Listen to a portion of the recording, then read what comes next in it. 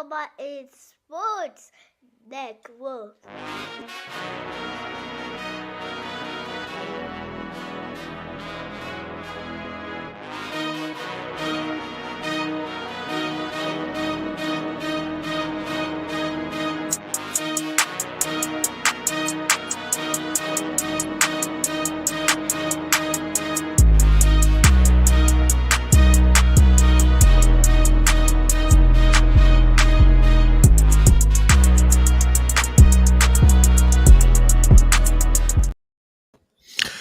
Good morning, football fans, and welcome to week 2 of the NFL on the Come On In Sports Network. And as you all know, sit back, relax, put your feet up, grab a drink, and come on in and let's talk NFL. Yes, sir.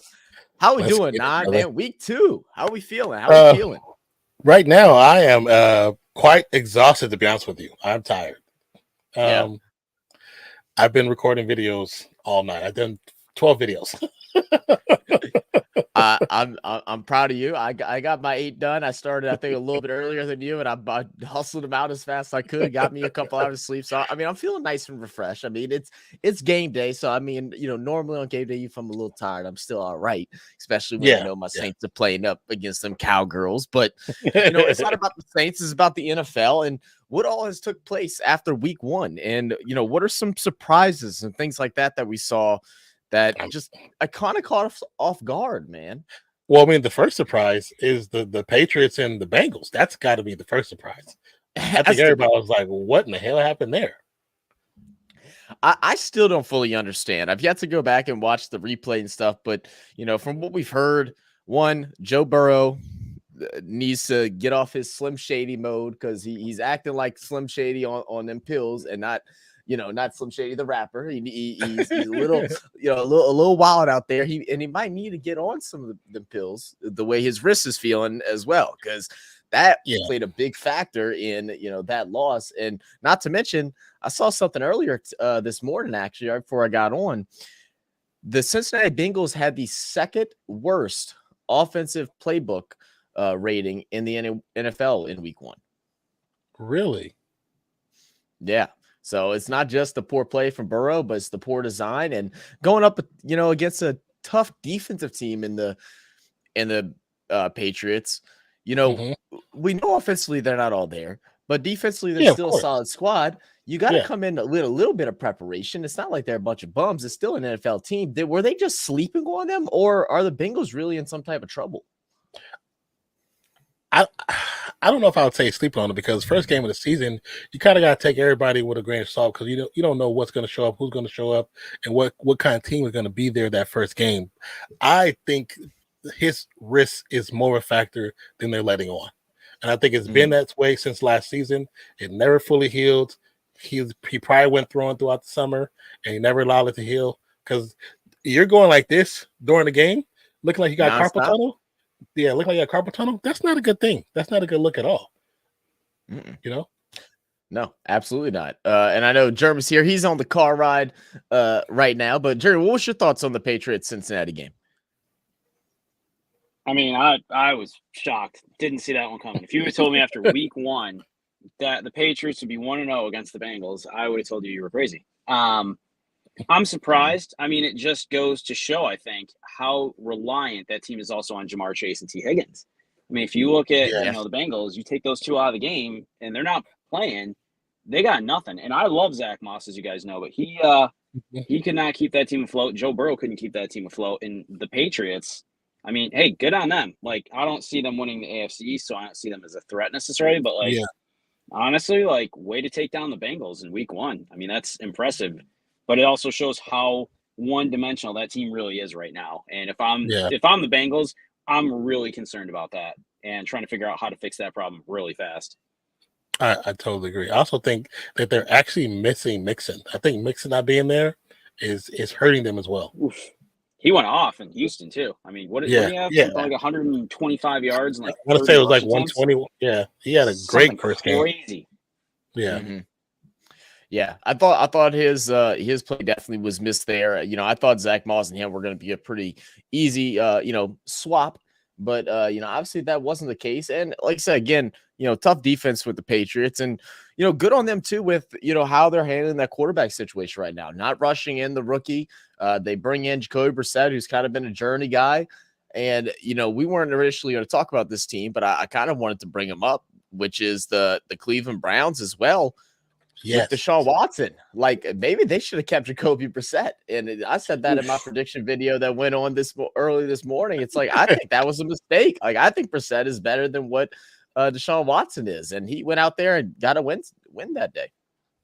It's interesting because when it comes to Deshaun Watson, we all remember seeing him in the Watson that was part of the MVP race before all the drama happened.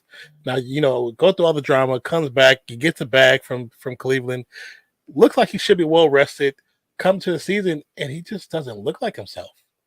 He doesn't look like any version of himself. So I don't know what's going on with him. I don't know if he's totally done or what. I have no idea.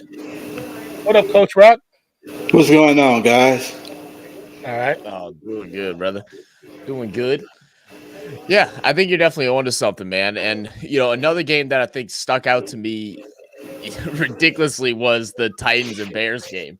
So we actually had that game up at the bar where I was at for the Saints game, and there was a Bears fan there, and I was getting like mixed emotions from him because it was like I saw they were winning, but he didn't seem very happy, and I'm like, what's going on? Like he's like, they didn't score an offensive touchdown. Somehow they came back down 17-3, but it was just because of special teams and defense.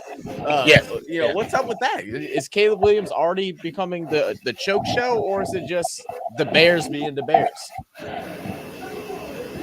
I think it's the Bears being the Bears, but also Caleb wasn't prepared. He was not prepared for this game. He was not prepared at all. What do you think, Coach Rock? The Bears just being the Bears to me, man. I don't know. That franchise just in a lot of disarray to me. I don't know. Yeah, I mean, you feel like they have all the pieces on offense. Like, it's probably one of the better teams they've had in a while. I think the only piece that they're really missing is a really solid, running back one. But I still like Herbert. I think he's a solid running back that was just always underutilized whenever Justin Fields was there because they wanted to rush with Fields instead of their actual running backs. But then they also grabbed Swift, who played solid, but he played solid on a good running team in the Philadelphia Eagles last year. So it's not like they're missing much, but they just cannot get the offensive going against. I see 40 in the chat, a not very good Tennessee Titans team. Yeah, a team that's missing a lot of parts and won't be a solid team for another couple of years. To be honest with you. Yeah. Well, let's not put this all on the Titans. I mean, in all fairness, and I'm not the biggest fan of him, but Tony Pollard played pretty well, all things considered. I mean, Will Levis just did not hold up to his end of the bargain. He had one touchdown, 2 interceptions. I think he was like 14 to 29, like nothing. He didn't blow up the stat sheet by any means. I mean, Tony Pollard did what he needed to do, but Levis kind of held that team back, which will be interesting because if they start losing a few games, do they at some point consider making the switch to Mason Rudolph, who they kept over Malik Willis? And Malik Willis, to his credit, is now the starter in Green Bay currently. So, I played Malik Willis. Not intentionally, because I do love Jordan Love, but still. Yeah, I mean, it's definitely interesting because I mean, when you're taking a look at Will Levis, he kind of came out there last year. I think the one thing that they liked was just kind of like his grit. Like he kind of went out there with an attitude. He wanted to show, oh, y'all didn't pick me on the first day. I sat there with the ladies I had next to me and got embarrassed on national television. I'm gonna come out and show y'all who I am. And then it turns out to be the opposite going into season 2. And week 1, really week 1 through week 4 is always really hard to judge in the NFL. You got to really be a little bit patient, look at certain things and evaluate them harshly, and other things, okay, let's see how it looks 2-3 weeks from now because everybody's just getting started. It's been a long summer. There's new coaching staff, there's new players, different things like that. So it's not always going to be smooth sailing right off the bat. Now, for one team that was smooth sailing off the bat is, the New Orleans Saints. I mean, they played up against the Panthers, and we know we've talked about it a lot here, whether it was with DOLPH or it was on our channel or anybody else's. But just to come out and have the highest offensive ranking in the NFL for week 1, the best play calling, by Clint Kubiak of the Saints, newly acquired offensive coordinator, and Derek Carr actually playing solid football. Yeah. Coach Rock, let me It was ask you good. this, man. Do you think it's something that the Saints can continue doing? Maybe not to that as high a degree, but can they continue, playing fun offensive football again? Nah, man, I think they get exposed today. I think Dallas defensive line gonna really expose the Saints today. I don't even see this game being close today. Okay. Hmm. Okay. All right. Well, I don't like your negativity, Coach.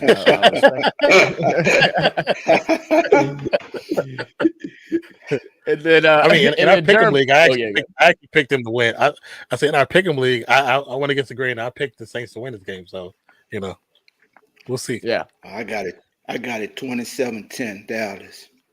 27-10 Dallas. Okay. And it very well could be, especially now with the injuries that we see coming across. But we'll get to that game in a little bit.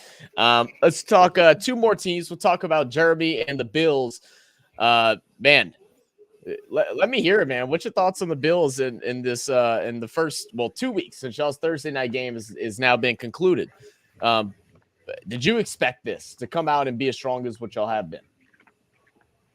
No, I'll be honest. If I'm having to be real, no, I did not expect this. After week one, I was a little surprised. I mean, I love Josh Allen spreading the ball around. It's a beautiful thing to see, right? Not just relying on one or two guys and getting that ball around. I figured the Dolphins were going to put up more of a fight. Now, obviously, Tua went down in that game. Once he went down, that kind of changed the whole dynamic of that game. I mean, I just don't think Skylar's a good backup quarterback. And that just goes to show how reliant teams need to be on having a decent backup. My Bills included, by the way. Very true. Not a fan of Mitch Trubinsky, and I wish we would have gotten somebody better in the offseason, but it's what it is. James Cook, I love it. I think he had last year one rushing touchdown. He had two this game. He was all over the field. He was getting the receptions. And it's pretty wild when you see the Bills put up 31 points, and you look at the stat sheet, and Josh Allen throws for like 140 yards and one touchdown. I mean, nobody would have guessed that. No one would have saw that coming. Von Miller, healthy Von Miller is just a game changer, as we can see. Like, we knew that was going to be the case, hopefully, and he's shown it in the first two games, which makes me very happy, considering we're paying him a whole lot of money. And honestly, I'm just happy to see this team start to unfold. And honestly, if it keeps going the way it's going, I'm very excited for this team. I mean, I did hear an interesting discussion of saying how people were concerned with a lot of the players we lost, Diggs, Poyer, Hyde, all those guys, and that they were older guys and overhyped. And as much as I love my Bills, I don't entirely disagree with that. So I think people thought they were going to be worse than they are because we were overhyping older players that we ended up losing and replacing with younger versions, essentially. So I don't know. I'm very optimistic for what the season holds, but who knows? Now we got the Patriots to contend with, who are that 1-0 team.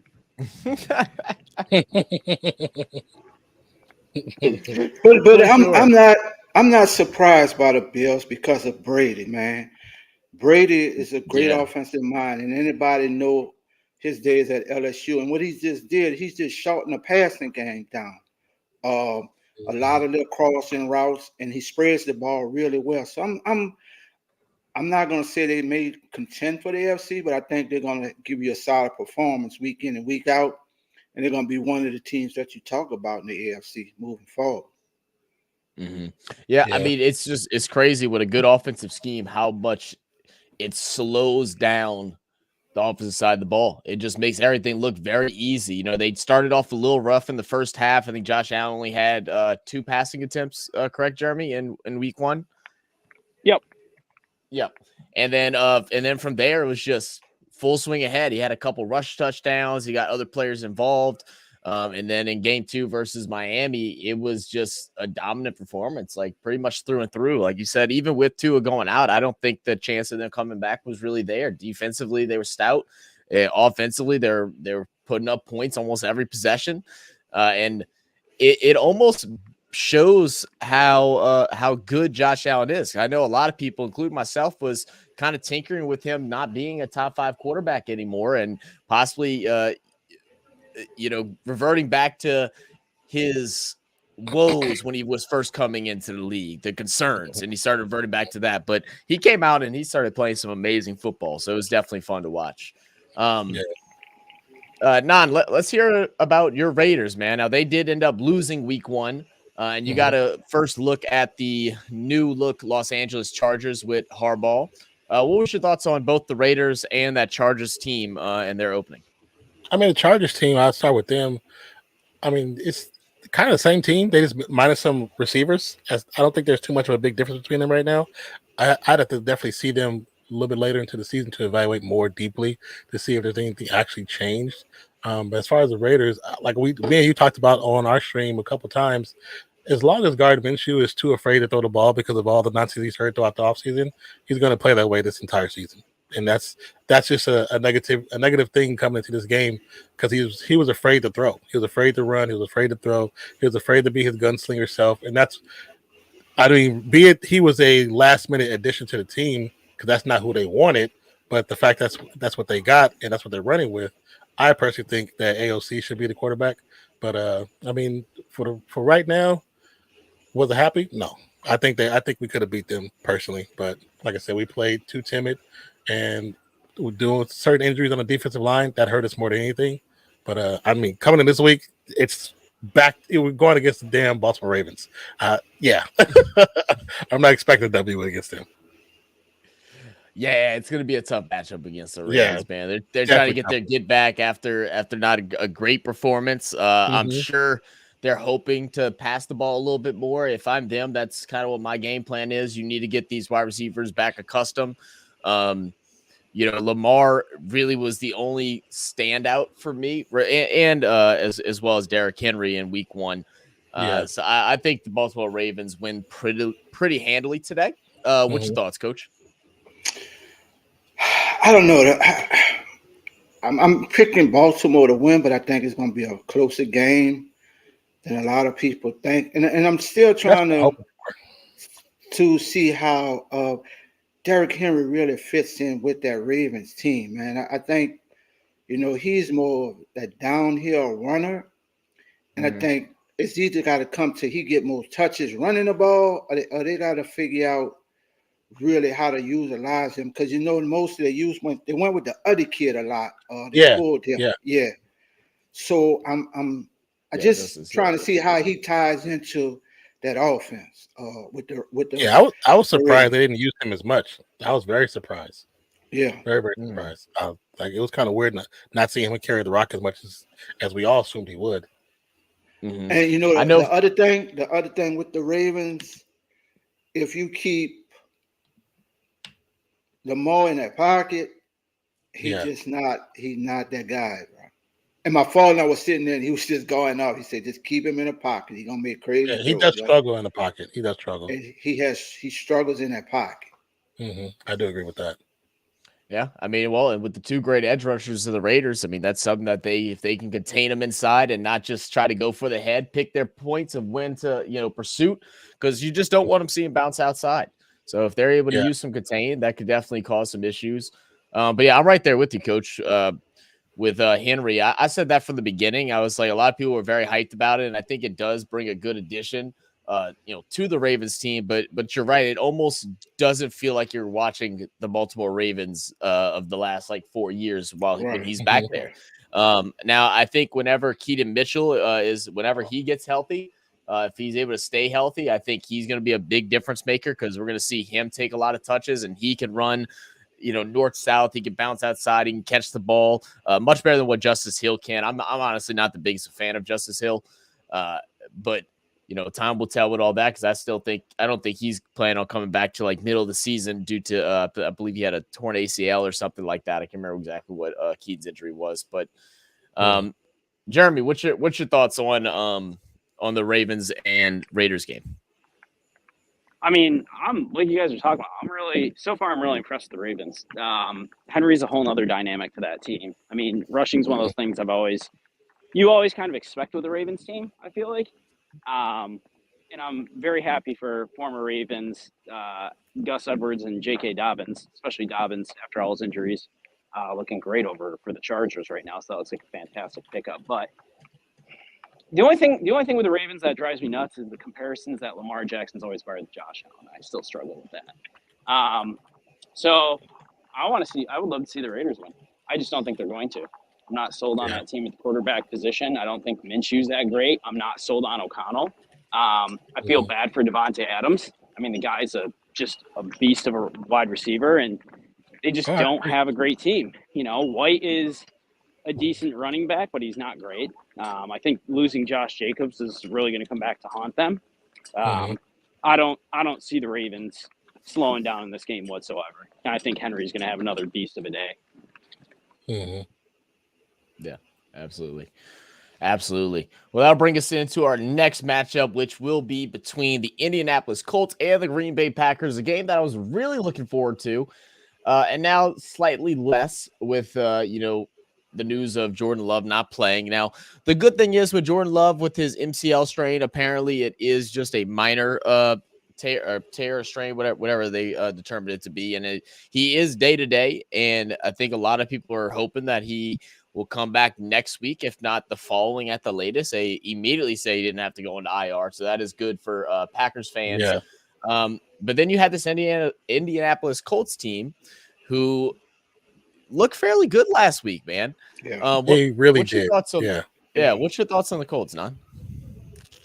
I mean, to be honest, I watched the highlights of the game, and Richardson looked good. I mean, the fact that they have their players back healthy this season to start the season off, and not having anybody on the bench or having contract issues, I think the potential is pretty high for them. As far as how far they'll go, I'm of course not sure, but against this Green Bay team, I could see them pull a W out against this team. To be honest with you, I mean, like you said, Malik Willis is the backup there, I believe, and I like him, but I think Richardson will be better as a better quarterback. What you think, Coach?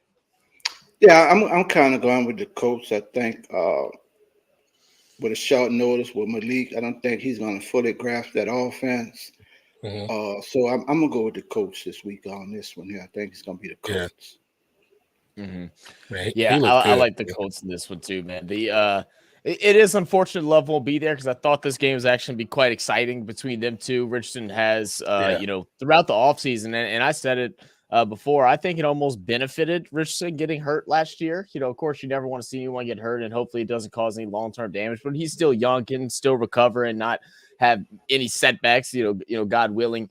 But he was able to just sit back and watch the play of the NFL, right? Study the playbook, become more accounted to what's going on, the speed of the game, and all of this. And I think that is going to help him a lot in the long run. And they put up a fight against a very good Texas team, and they only lost by 29-27 in week 1.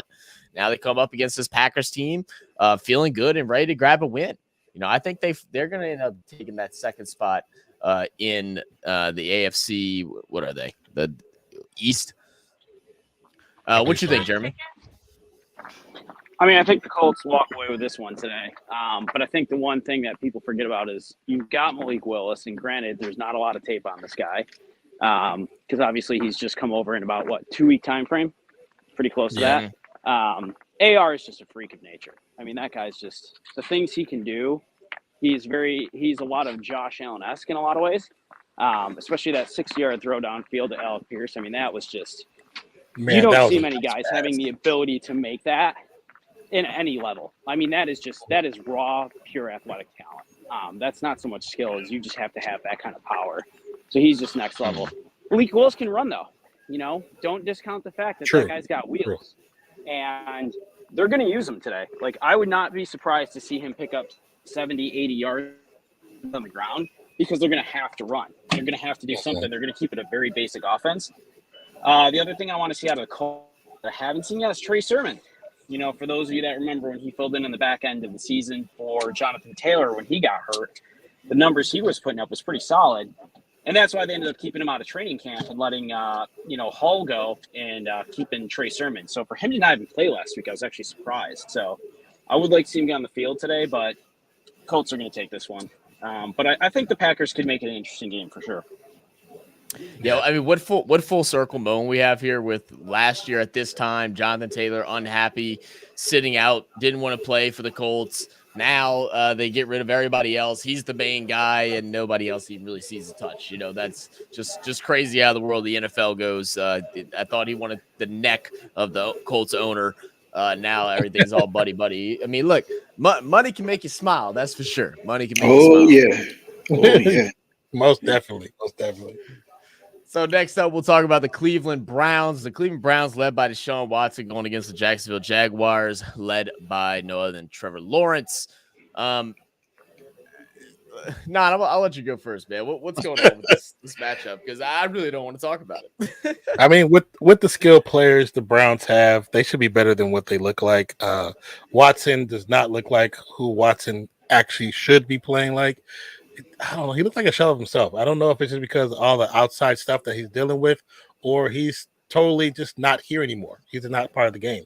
He got the bag and he has to be here because he got paid, but he's not here. He's just not here. And Jacksonville, they have added some pieces to the offense that have more than one target than compared to last year.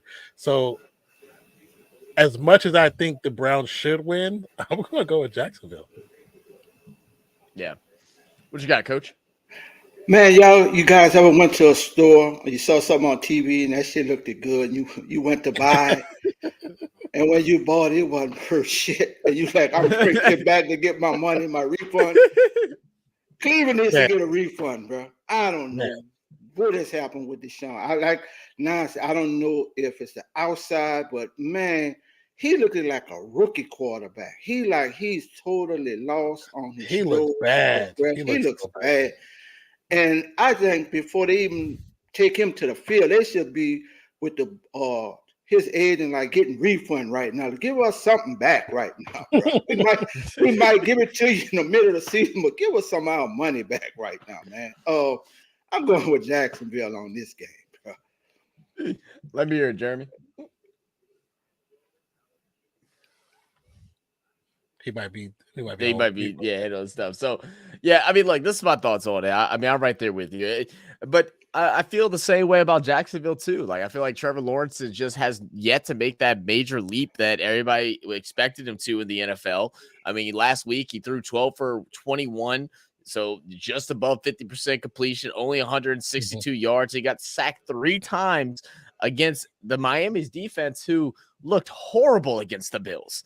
Just a couple days ago. So it's like, was it just a bad game for that line, or are they truly that bad? They're now rocking their little dual running back set with Bigsby and Etienne, which I thought was interesting. I thought Etienne was kind of expecting to be the main back this year, and we're not really seeing that. I feel like there's still no like true direction with the Jags, and that's the one thing that's hurting them. But I mean, like I said, with Cleveland, what is Deshaun? What is Deshaun doing? We're talking about a guy that was in conversation for MVP battles, one of the next top quarterbacks, doing all that. Yeah. And to come here and they're, shorthanded with Nick Chubb being out for at least, I think, another like 6-7 weeks. You have Jerome Ford. You go and grab Jerry Jeudy as your wide receiver, which I don't know what team will want to go out and go pay for Jerry Jeudy. He hasn't found his hands since college. He's been running around with center blocks on him. It doesn't make sense to me. I like the Jacksonville Jaguars in this one too. Does that make you question Cooper if they wouldn't got Jeudy? No, I don't think Cooper gets utilized. I think he is, but I just don't think offensively they move like that. I think any wide receiver would struggle on what this offense brings. I feel like Cooper got too much of the T-Rex arms, man. That's always going to be his issue for me. He's scared to dive out for the ball. He never did it. He barely did with the Raiders and complained because he didn't like falling on his stomach like that. Yeah, that dude, man. His best years was college. Yeah, well, you might be on to something. Jeremy, if you're back, go ahead and tell me a piece. If not, we'll go on to the next one. All right, we'll jump on to the next one. Niners and Vikings. Another 12 o'clock game here. The Niners go in Monday Night Football and get a major win over the New York Jets, taking them down. What was it? 32 to 19. Yes. No Christian McCaffrey. He's been officially put on IR. So we're gonna have Jason playing the starting role. Jordan Mason taking the starting role for the Niners. And they lost Glenn Kubiak, but we all knew Shanahan was a mastermind of a head coach. And I'll tell you what, they didn't lose a dang beat. They didn't lose a dang beat. What's your thoughts going into this game now? I mean, they're playing against Sam Darnold. So Sam Darnold is just one of those quarterbacks. He fills a spot every once in a while. He's not good enough to run the entire season. He's just not one of those quarterbacks, man. And his turnover ratio is ridiculous. And he's going to throw about 2 or 3 interceptions this game. I guarantee you that. Niners all day. Coach. Niners. That's a lot. Like you said, they didn't miss a beat, bro. And that kid Mason, he filled in nicely. Yeah. He runs hard, so I'm going with Frisco all the way on this one. Yeah. I don't think many people are going to disagree with that. I doubt even many Viking fans would disagree with it. I feel bad for Justin Jefferson going through all this, man. He's coming into the prime years, loses starting quarterback now. They really don't know what the hell is happening over there with Minnesota. Sam Darnold right now is the best option, which is that feels bad. It's also interesting. Crazy. Also interesting news that came out not too long ago was that the Niners were actually trying to get a trade done with Justin Jefferson. For Justin Jefferson before the 2024 NFL draft. That obviously didn't happen. But could you imagine Justin Jefferson taking Brandon Ayuk's spot on the Niners? Yeah. Come on. They actually tried to get a Jacoby too from the Raiders. Yeah, that might make sense. You go and grab and put Justin Jefferson, probably the best wide receiver in the NFL right now, on the Niners. You might as well do the Kobe and Chris Paul thing and have the front office call up like, look, we can't allow y'all to do this because this ain't cool. That's about to be the Niners from the 90s right there, unstoppable. Right, yeah. So I'm gonna go Niners as well. Sorry, Minnesota's about to be a tough year. Jeremy, whenever you get back, just come pop in and then and I'll get you up. That'll bring us on to our next game, the Tennessee Titans and the New York Jets. And I think this is the first get back game for Aaron Rodgers and the Jets. They had a bad start. It was a lot slower than what they expected against the Niners. I actually had the Jets beating the Niners, and oh boy, was I wrong.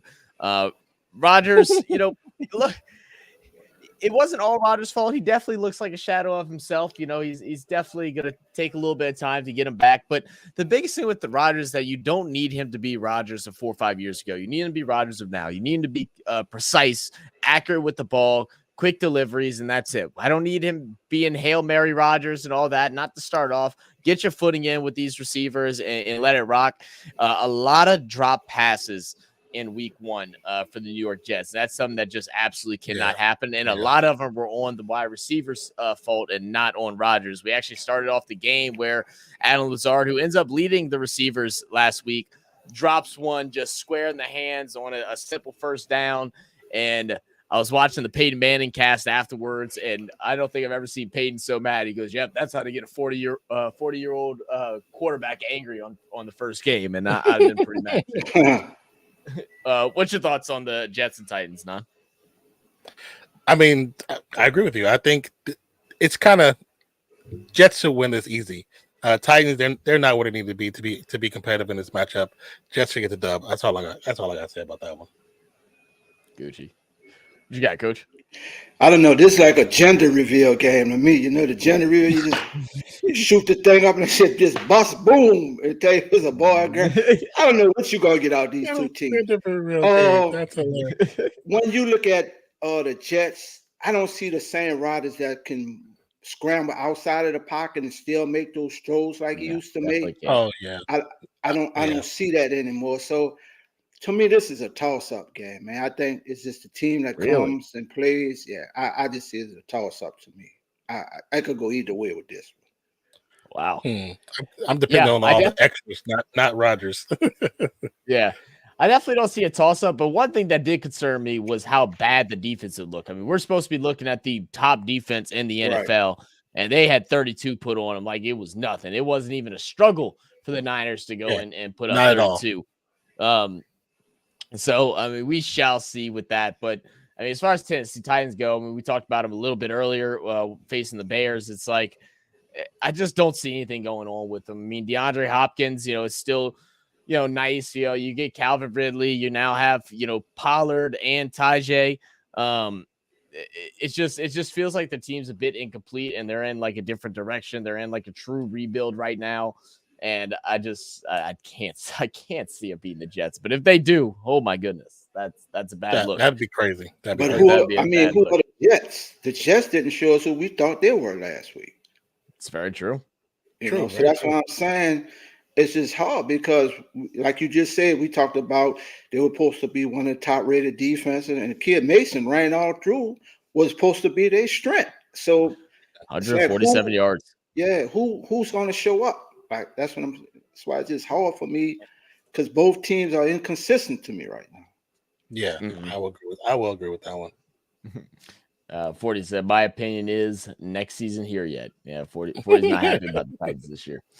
Let's see. Jeremy, you back, brother? he probably, yeah. He's not eating no Caston Dalton. Let me stop now. Nah. He dropped the daughter off over at Ball, man. So that'll bring us into Panthers and Chargers. Chargers. I mean, does anybody really want to watch this game today? Does anybody want to watch a singular game for the Panthers this year? Is there a singular game that we're like, oh, this might be fun? I think I got them like winning 3 games or 4 games. Ooh, you get more than I did. That's what I'm saying. I mean, that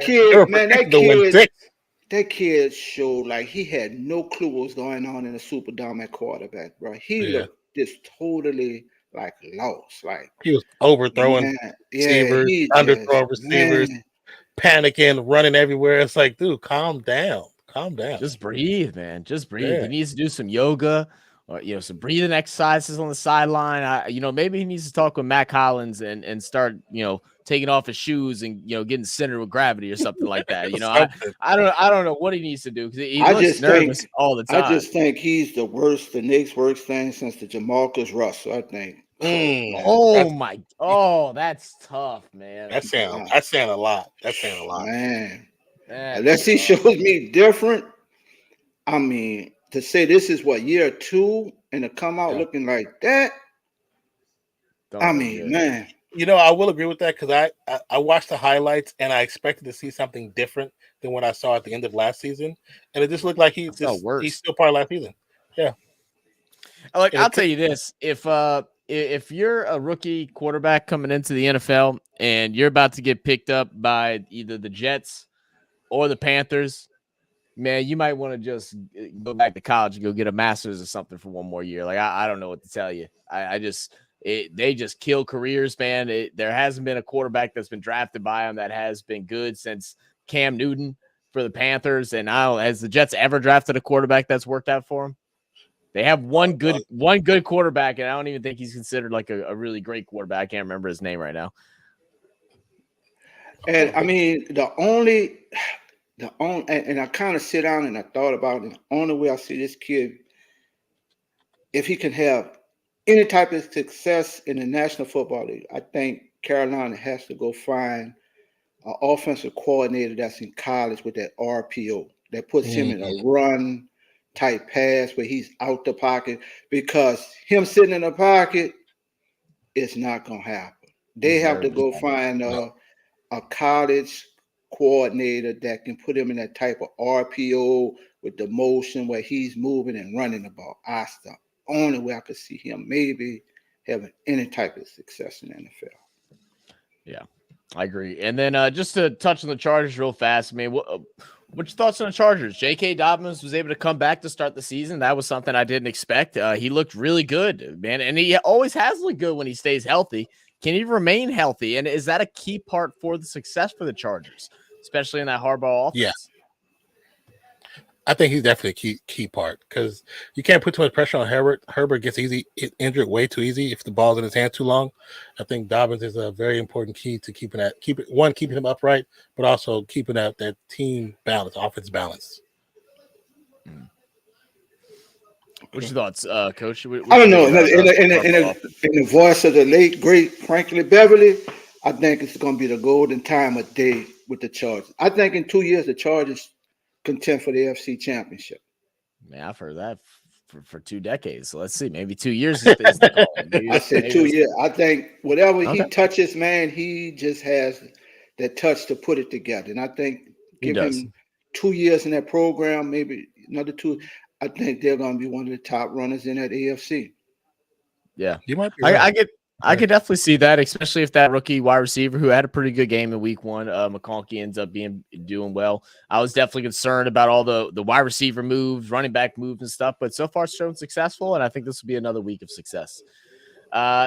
Next matchup, this will be a 3:25 game. This will be between the Pittsburgh Steelers and the Denver Broncos. We got to look at the rookie in Denver, and he did not look very good. And then Justin Fields got the start last week. I believe he's getting the start this week again. Yes, he is. Got to win, an ugly win, but he got to win over the Atlanta Falcons. What's your thoughts on the Steelers, Coach? Man, everything with the Steelers with Tomlin is predicated off his defense. Yeah. He wants his defense to win games for him. He wants his offense just to manage the game, to keep where the defense can win it. I'm gonna go with the Broncos just because they're at home on this game, but I could see the Steelers winning it. But I'm gonna just take the home team on this one. I'm gonna go Denver by 3. Denver by 3. I can understand that. I think I'm going with Steelers. I think that Steelers defense is going to give Nick some issues because that Steelers defense actually looked really good this past weekend. Everybody's for the most part is healthy. They put their nose down and just going after it. I don't know if Bo Nix can outplay that defense.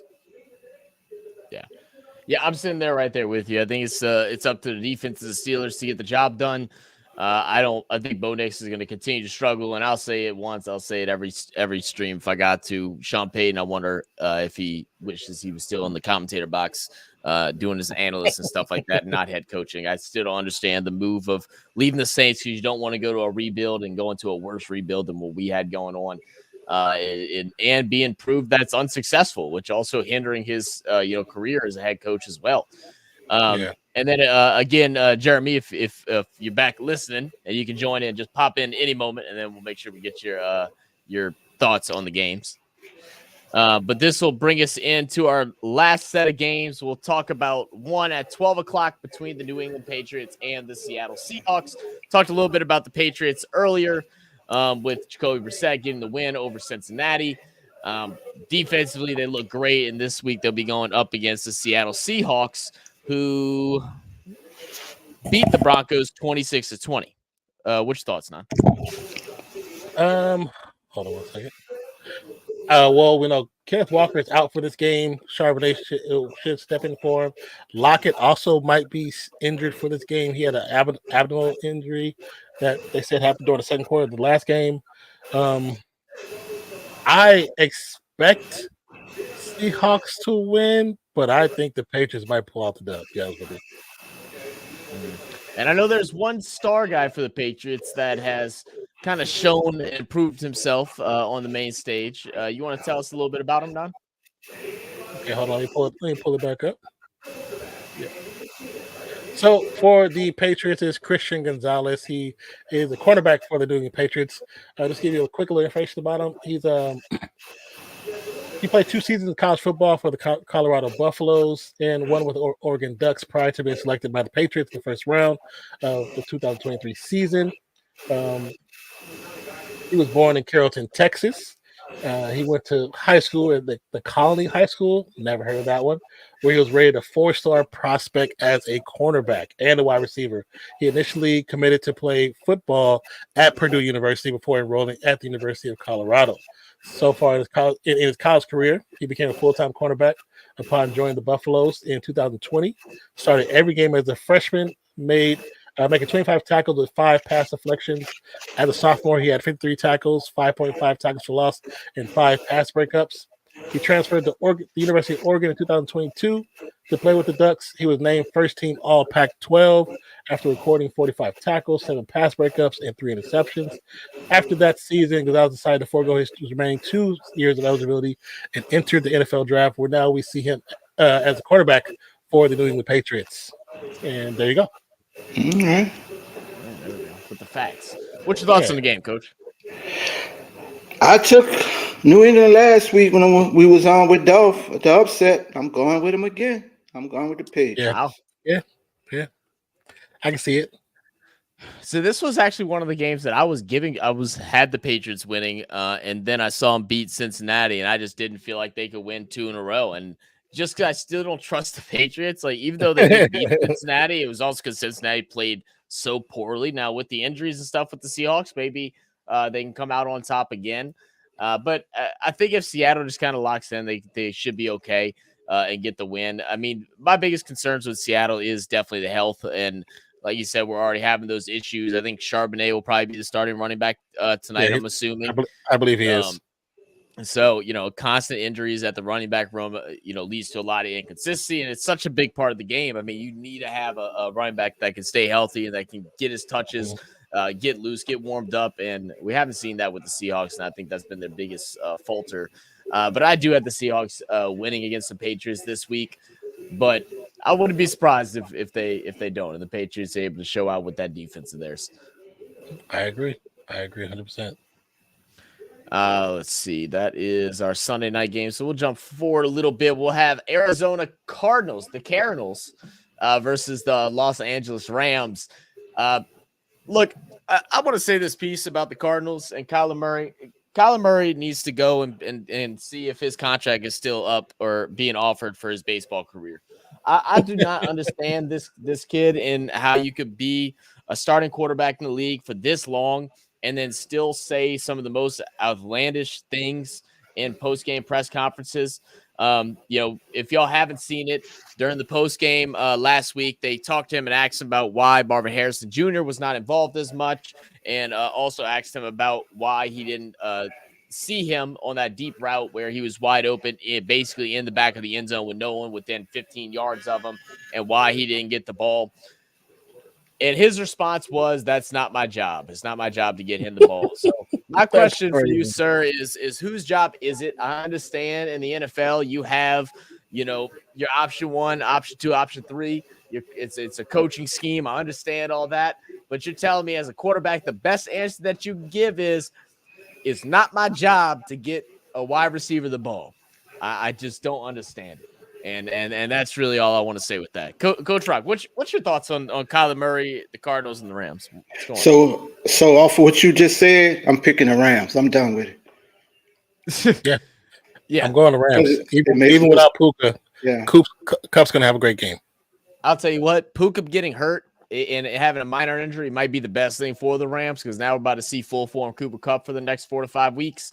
And then when Puka comes back healthy, they're going to be a dangerous squad, man. If that defense can hold up, that's their biggest concern right now. If that defense can hold up, their offense, man, they got 2, great running backs, 2 great wide receivers. Matthew Stafford, a little bit older, but he can still sling the rock. Give me the Rams without a doubt. I'm going to check up on Jeremy one time again. Jeremy, you here? Hope he ain't eating the cats and that. Hey, he told me. They eating the cats and dogs. I hope you're not eating them, man. I mean, just the fact that Murray said that in an actual press conference to actual writers and newspaper writers, that you had the balls to say that it's not my job to get the receiver the ball.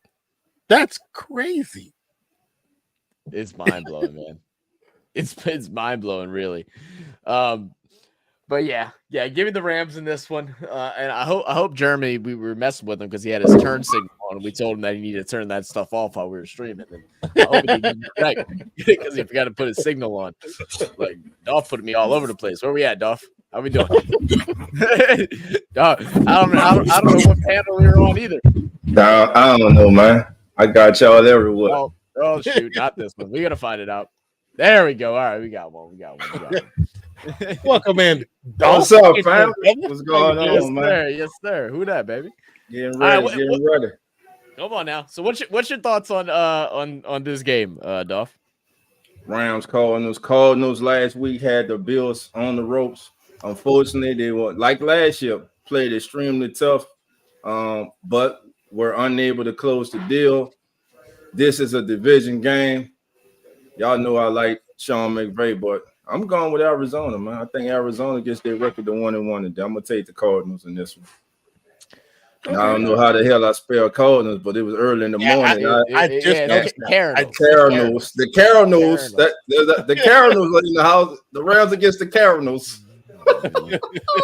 Look, Dolph coming in lone wolf and right off the bat. I respect that. That's right. Oh, hold on. Oh, y'all going with the damn? Oh, we all got the Rams, man. Y'all got the Rams. Oh man, I'm lone wolfing that baby. Oh, let's go, baby. Man, sorry, Ray. I'm sorry to Ray. I mean, the quarterback don't even know how to get the ball to the player. So you really gonna pick that? That's what's up.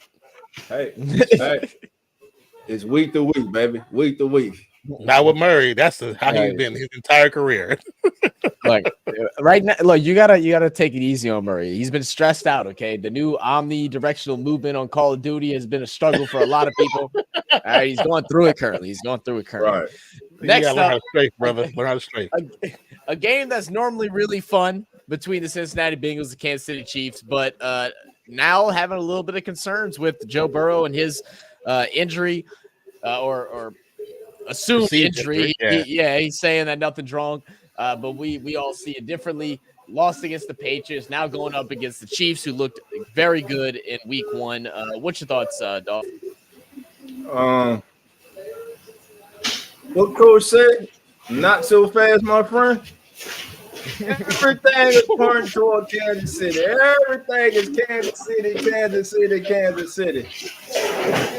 Cincinnati embarrassed last week, pulls a reversal this week. Goes to Arrowhead and pulls the upset. They lost New England, so it'll be an upset this week. They pull the upset over Chiefs Kingdom. I'm sorry, Chiefs Kingdom. It's just something about when that man goes into your stadium. So I'm going with the Bengals for a bounce back game, big win today in Kansas City.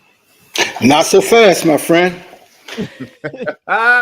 Kansas City I don't even think this is going to be a close one. I think it's too many problems going on in Cincinnati. Kansas City looks strong. I'm going Kansas City at least by 14. Ooh, okay. All right. Yeah, I'm right there with you. There's no way Bengals is beating the Chiefs. No way. I can't see it either.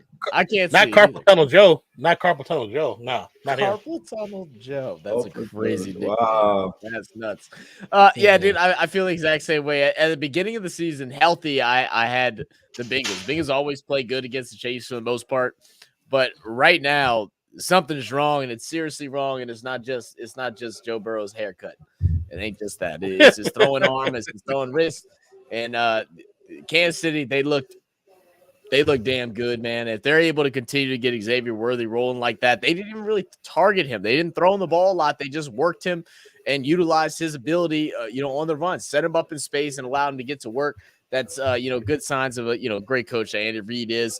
We also had a poor game from Travis Kelce as well. They didn't even utilize all their pieces, and they still were able to get a big win over the Ravens. I think they do the same thing here against the Bengals. Yeah, I agree. Let's see, that'll bring us into the New York Giants versus the Washington Commanders. Does anybody want to watch this game? I do. I like watching Daniels. I was about to say I want to see Daniels play. Okay. Yeah, I love to see Daniels play. Yeah, Daniel Jones, right? No. Not. Oh, okay. I was confused. No, Definitely not not that guy. Not that guy. What is your thoughts on Jane Daniels' Week 1 performance against the Buccaneers? Coach, who wants to go first? I thought he did pretty good, man. I think the defense didn't help him out, but I thought he had a decent game for his first NFL game. I really did. What, running the ball? Because passing, he sucked. I mean, he didn't they score? Didn't he throw for one? He ran for two. Okay. I thought he did all right for us. I think two. Yeah, he ran for two. He's not. I mean, like you said, for his first game, a decent game. I like to see him become, at this level of coach, like you said, his first game. But working from that pocket, not kind of. Sometimes he kind of if that first read wasn't there, he'll take off. So I like to see him go through his progressions more.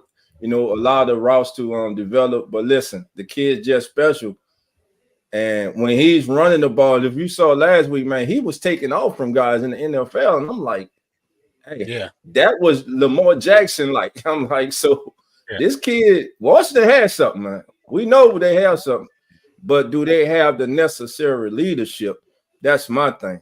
I'm not just sold say on the head coach, and I'm gonna say it every week. I'm tired of these retreads, man. I am tired of these retreads. We done saw this same story before. We saw it before. So but in this game, man, he already better than Daniel Jones. I mean, they was outside you heckling Daniel Jones after the game last week. I mean, it's New York.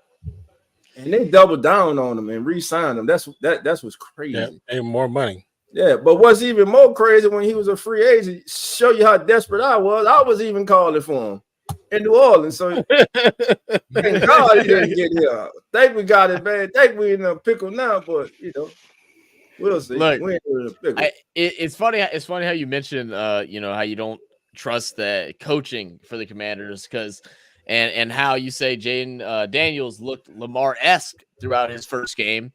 Because Coach came out and said that he does not want Jaden Daniels to look Lamar-esque. He wants Jaden Daniels to throw the ball more. He doesn't want him to run. And so that leads the question for me is you go and draft your next star, hopeful franchise quarterback, and you want to get rid of one of the dimensions that makes him so great.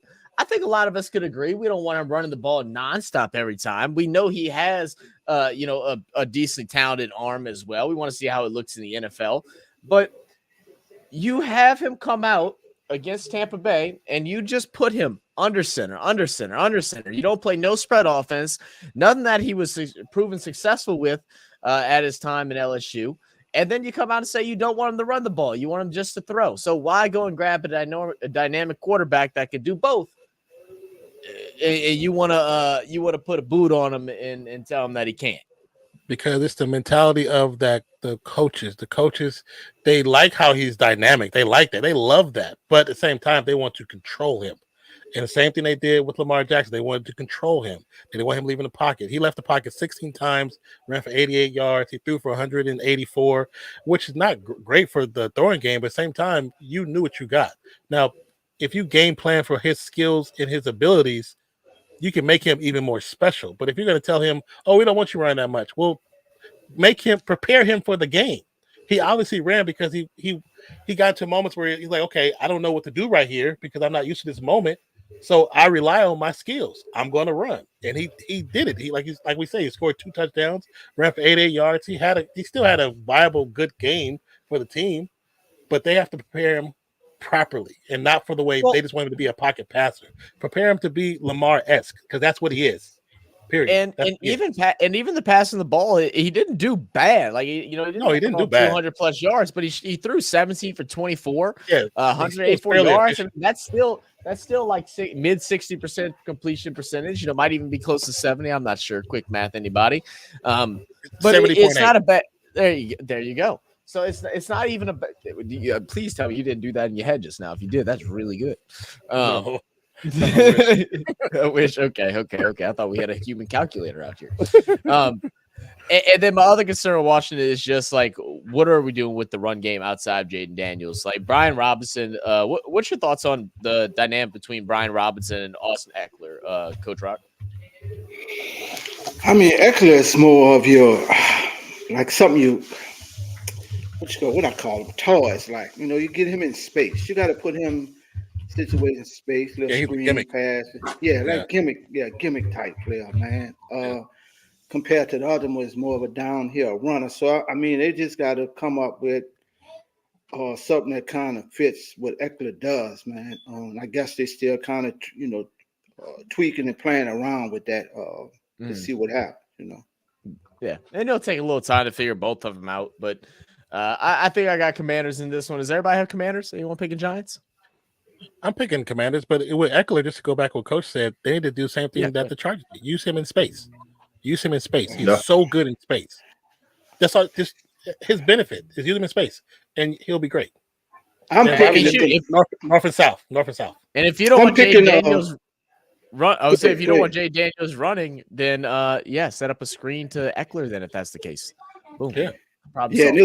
in this game, I'm picking the concession stand. Shit, what they got good to eat? There we go. I'm They, saying- where's the game at? Who's hosting?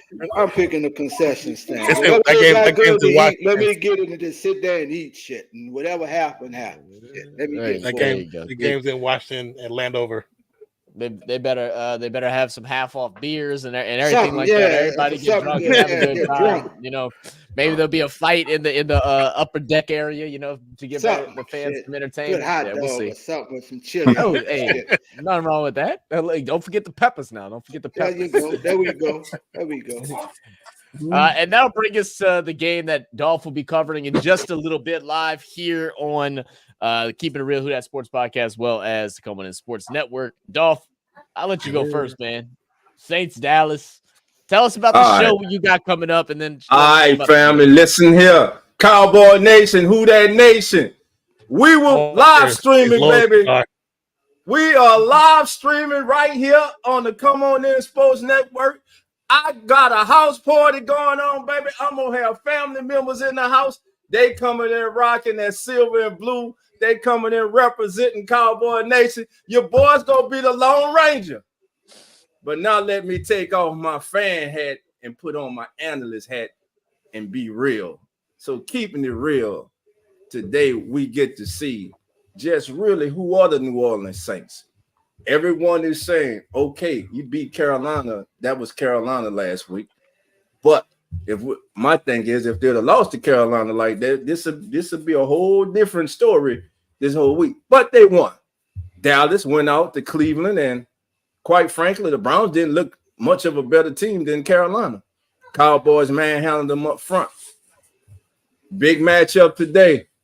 Marshawn Lattimore is out.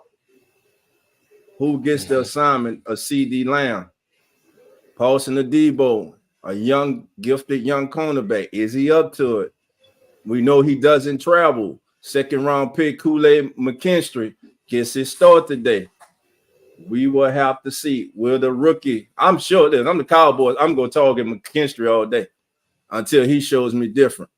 But in this game, man, it's about show me. The Saints have to show not only the NFL nation, they got to show who that nation, everybody, man. Like, if you want to be considered serious, you go out, you go to Dallas, and you beat one of the top teams in the NFC. There's no doubt about it. Dallas is one of the top teams in the NFC. So with that being said, from an analyst standpoint, I've got to go with, I know who that nation, I'm sorry, but I got to go with the Dallas Cowboys. Now, with that being said and that out the way, when we do at the end of this, I'm going to do You Got This segment, and I'm going to talk to my New Orleans Saints. But analyst Dolph is going with the Cowboys. I know, Zach. I know. Hey, look, this how I started. All right, you ready? This is what we're gonna do. Right and early, because it's gonna end up one way or the other. Either I'm gonna be drinking because I'm celebrating, or I'm drinking because it's gonna be another long year for the New Orleans Saints. I mean, this is the thing. I don't think the Saints need to absolutely win this game in order to show the NFL that they are something serious. But I think they got to come out there and be competitive. It does suck not having Marshawn Lattimore out there. And I think Alontae Taylor is going to take a lot of the load as well because CD likes to play in the slot a bunch. So, he's going to really get tested. And Alontae showed out last week, both in coverage as well as pressuring the quarterback. But this is a much different team, and it's not going to be nowhere near as easy. Right. Fan of me, of course. I mean, I'm going to rock with the Saints, man. I can't stand them cowgirls. But, the Cowboys got a solid squad, and they should not lose this game. And if they do, I'm gonna grab me some fun laughs on. All I'm gonna tell you, Twitter and everything later on today. Tune into the live stream, because if we get this upset, when I tell y'all, with a house full of Cowboy fans, family who I love, when I tell you I'm gonna act an ass, I'm gonna act an ass. I'm telling you. So they better not let us win. That's all. They better not let us win. But hey, go ahead, Coach. I heard Coach say earlier. I know Coach got the Cowboys too. But go ahead, Coach. Y'all know my man, Mr. Curry plays with Golden State, huh? You know, when he hit that shot and you know the game over, he just, you know what I'm saying? So that's all. I just think Dallas defensive line gonna be too much for the Saints offensive line. I think Cole gonna be in distress all day today, man. I really do. Yeah. Yeah, and then also with Fuaga being a little beaten up, I think he is cleared to play. Last I heard, because they didn't move anybody up. Dolph, did you hear any like final word from that? No, I didn't. From all I heard from the inactives, he is active. I didn't see Fuaga as being inactive. Okay. Yeah, I think his plan is to play unless just something goes wrong in questionable pregame because they showed they didn't bring anybody up from they didn't bring anybody up, so they're assuming Fuaga will be playing. If he can't play, it's definitely going to be a tough a tough night. But what's your thoughts on the game? I mean, I know everybody thinks the Dallas Cowboys is going to come in and win this game. Hey, I'm going with the Saints. I'm going with the upset. That's what I want to see. I want to see the Saints get the W. Period. That's all. All right. You ain't gonna hear no complaints from me, brother. I ain't complaining. But let's go take a Herculean effort from the Saints, man. It's football. Any given Sunday. Yeah, but they got to play mistake free. You can't get a Cowboys short field. You can't help them out, man. But I think one thing that's being underrated, and Coach, let me know your thoughts on this also, is listening to all these all these shows during the week. I think people are really underestimating just how vulnerable and good the New Orleans Saints defense is, even without Marshawn Lattimore playing today. The Saints don't have a bad defense. So, Coach, do you think the defense can keep them in the game long enough for the offense to get something going? They're gonna have to run the ball. If they get one dimensional, it's gonna be ugly. It's gonna be an ugly day. From the defensive standpoint, I think if you can keep Prescott in containment and you do a lot of blitzing and make him uncomfortable, I give the Saints the advantage there. But you got to keep him in that pocket where he doesn't get outside, where he makes his strolls. But if you could keep him in that pocket and you could do some blitzing to get to him and make him feel uncomfortable, that's where he kind of gets rattled at, man. So that's what I'm seeing, the chess match with that. And I think that's the way I think the Saints could kind of stay in that game. And they got to send pressure on him, but they got to keep him contained in that pocket when they do that. Don't let him get outside the containment. Gotcha.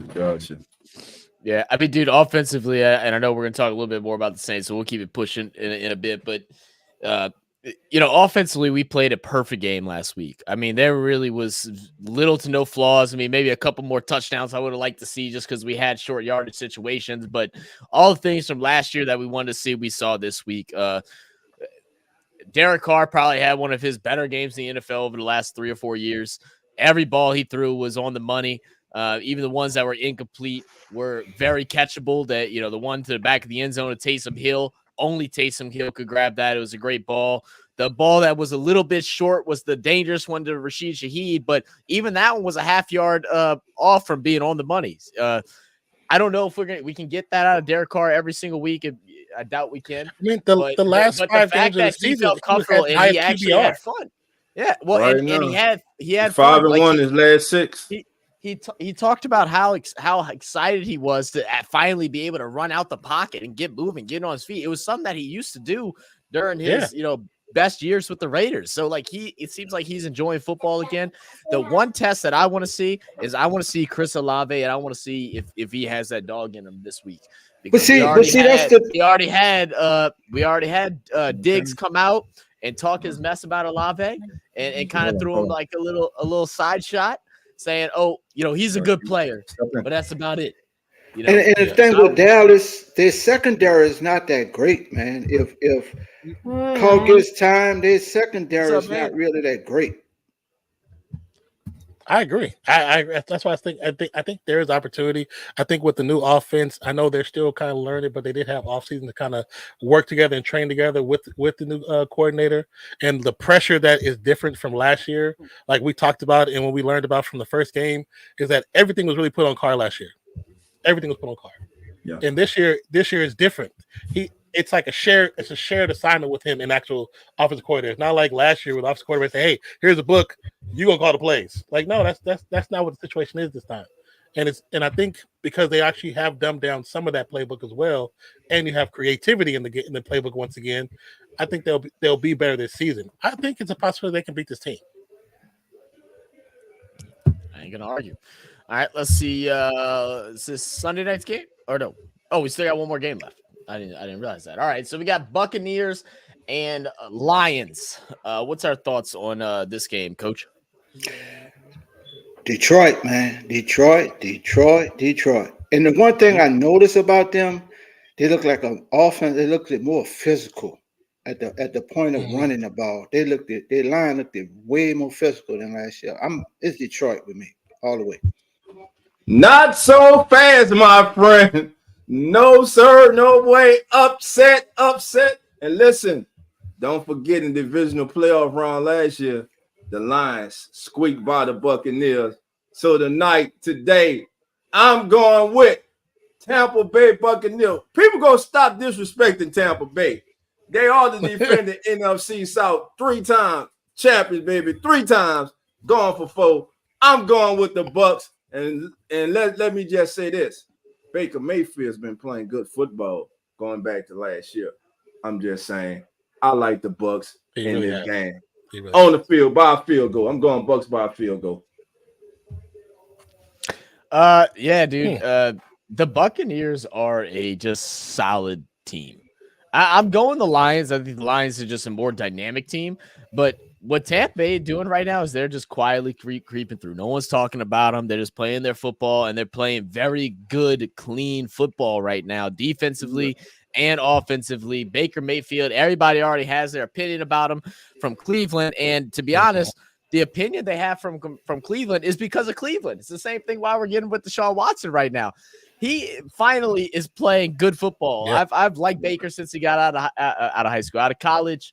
And he showed it. He had a phenomenal game in week 1. I was trying to pull up his stats. Let's see. He went 24 for 30, 289 yards, 4 touchdowns, only 1 sack. They had a dual running back with Bucky Irving and Rachaad White. They had 112 rushing yards. It was just a dominant performance. I don't know if they can do the exact same thing today, but I think this is going to be a close game, and Lions will win by a thread. Hey, guys, I got to get out of here. I still got some things to do to get ready for the next stream and got guests starting getting ready to come. Listen, man, y'all enjoy y'all day of football, man. Tune in to the live stream, man. Hey, I'm gonna be calling again. I have a special I'm gonna even have my color man with me today. So listen, Mr. Ian Butler, man.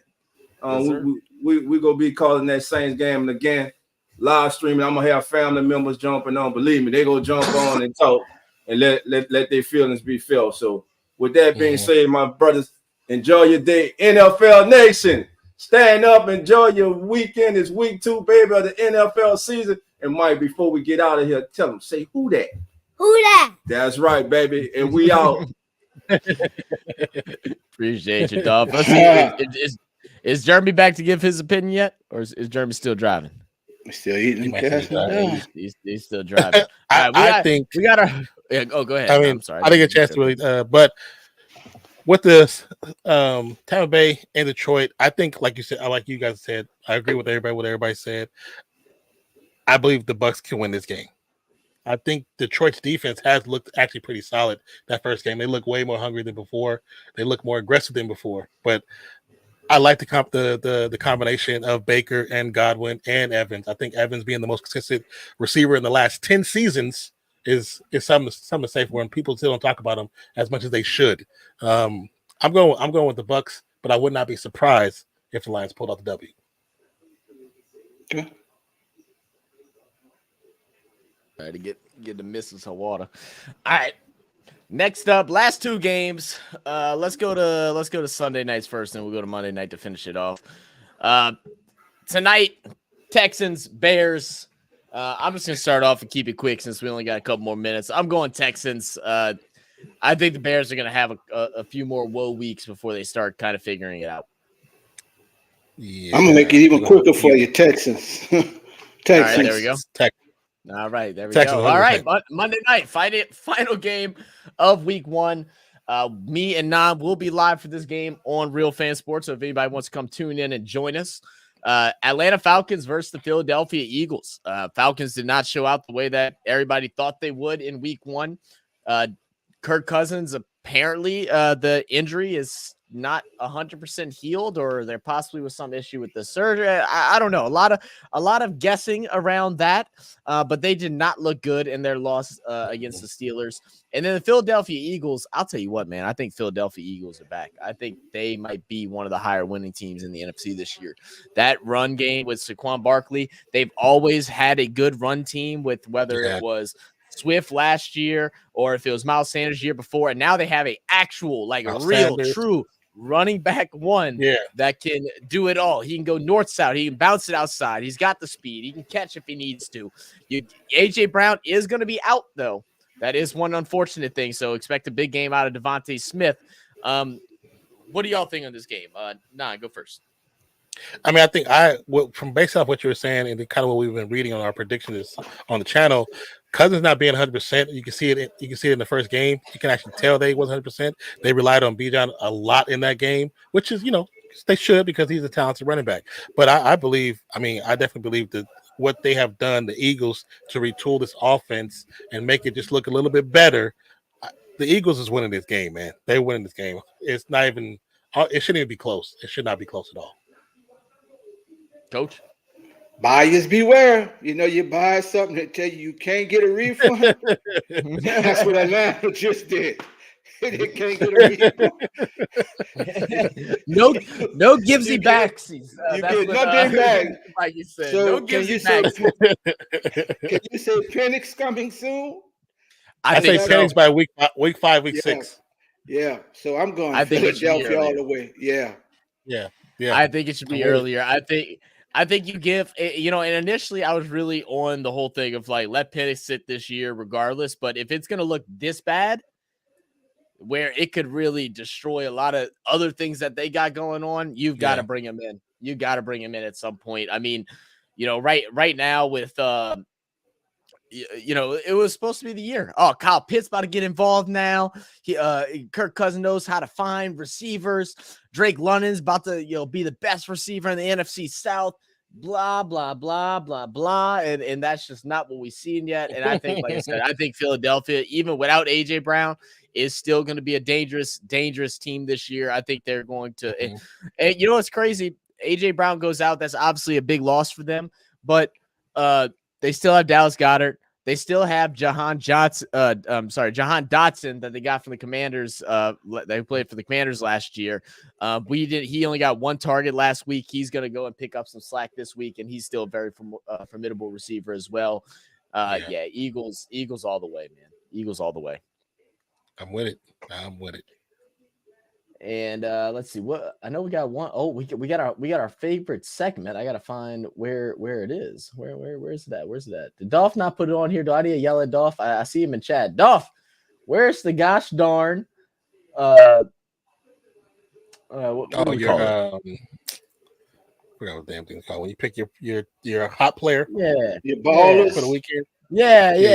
Straight balling. Where's the straight balling thing? Oh, Dolph, you're killing me. All right, well, y'all know what time it is. It's time for straight balling. Who is your straight balling player of week 2 in the NFL? All right, I don't know. Coach Rock, we'll go with you then. I'm going straight baller this week. None other than St. Brown, the Detroit Lions. They have a big game today. Big game today. Okay. Have you came up with something in the last 2 seconds? I forgot about it too. So I'm on the I'm looking at the teams right now, trying to get my short list. You know what? I'll go ahead and just do the homer pick today. Okay, go ahead. Do your thing. Yeah, I'm gonna go with the homer pick. You know what? Give me Chris Olave. I want to see him step up and show who he is, right? Only had 2 catches last week.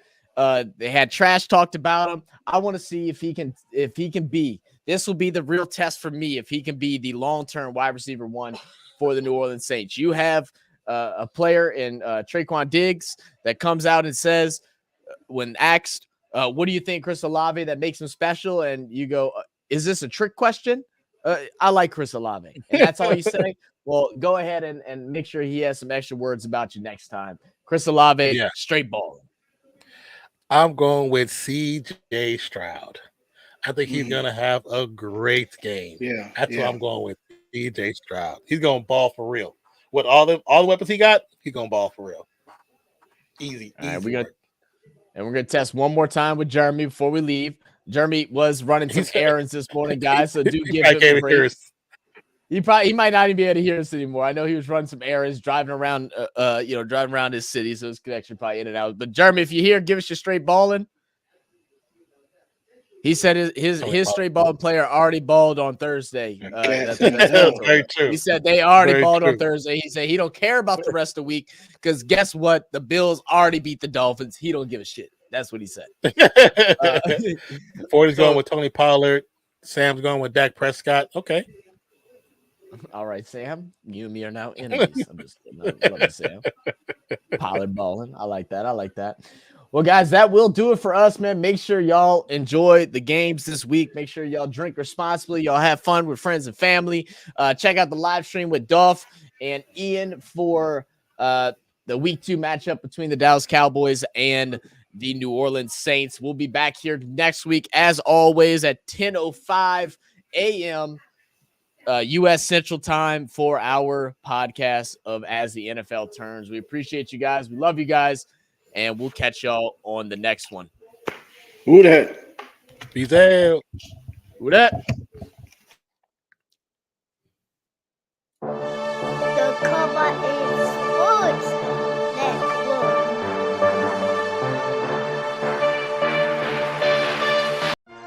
Welcome, all sports fans. I'm Dolph Jackson, one of the hosts of the Come On In Sports Network, a brand new sports network catered to sports heads like yourselves. Here on the Come On In Sports Network, we'll be covering the latest topics and current sporting news from around the world, such as baseball, football, basketball, and more. So sit back, relax, put your feet up, and come on in.